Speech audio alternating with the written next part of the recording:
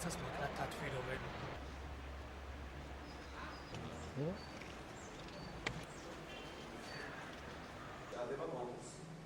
როგორ ჩანს, შედეგად უნდა აირჩიოს ის ადამიანი, ის კარგად შორს არჩევანი გაკეთდა. კომისია ისეთი, რომელიც შედარებით ნეიტრალური იყო. თუმცა ბაციკაძეს დასახელებული იყო რა. ჩემთვის დღემდე პერიოდში ეს არის უწყებათა შორის შაუა.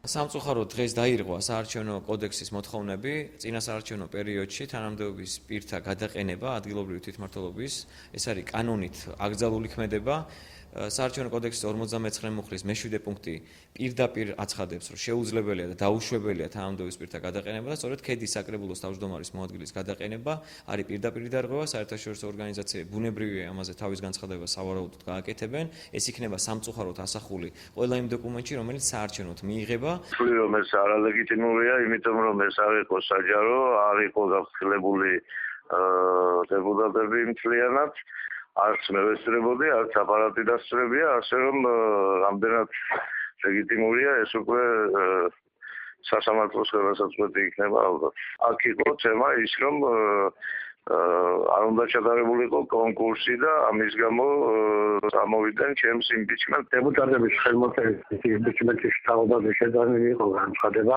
განცხადებაზე ერთი კვირის 11 კვირის განმავლობაში არ დაინიშნა შეხვედრა, ამიტომ საკრებულოს უმრავლესობამ შეიძლება და ჩაატარა რათა გუშინ ადრე შეტანილი იქნა განცხადება კიდევ საკრებულოში, რომ აპარატს უზრუნველყო რომის პრევა, რასაც ორგანო კანონის მიხედვით უნდა ეხემზღვანელა საკრებულოს აპარატს და გამოეძახებინა დეპუტატებს.